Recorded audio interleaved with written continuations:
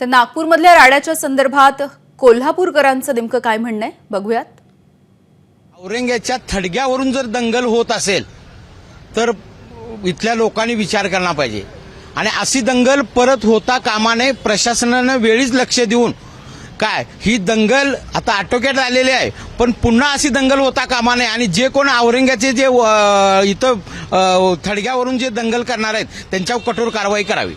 महागाई वाढलेली आहे, लोकांचं जनजीवन विस्कळीत झालेलं आहे। या सर्वावरून नजर हटवण्यासाठी हा जो कालचा नागपूरचा जो प्रकार घडला आहे, जातीय तेढ निर्माण करण्याचा, हा राज्य शासनाचा अपयश आहे, प्रशासनाचा अपयश आहे।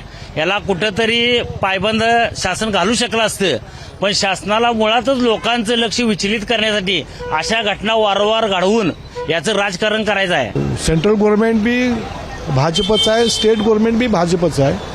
यांना जर ती कबर काढायची असेल तर त्यांना कुणी अडवलेलं नाही आहे आणि कबर काढणे म्हणजे एक प्रकारे छत्रपती शिवाजी महाराजांचं अस्तित्व नष्ट करण्याच्या भूमिकेमध्ये असणार आहे। छत्रपती शिवाजी महाराजांच्या काळचा खरा इतिहास काय होता, हा खरा इतिहास जसा पुस्तकांमधनं पण प्रकाशित होत होता तसा आता प्रामुख्यानं पेपरमधनं मीडिया मार्फत किंवा जाहिरातीमार्फत हा इतिहास सांगणं गरजेचं झालेलं असं वाटतंय।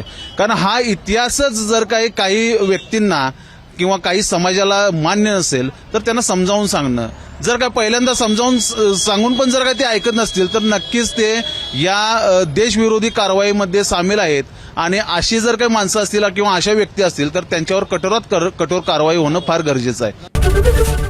एबीपी माझा, उघडा डोळे बघा नीट।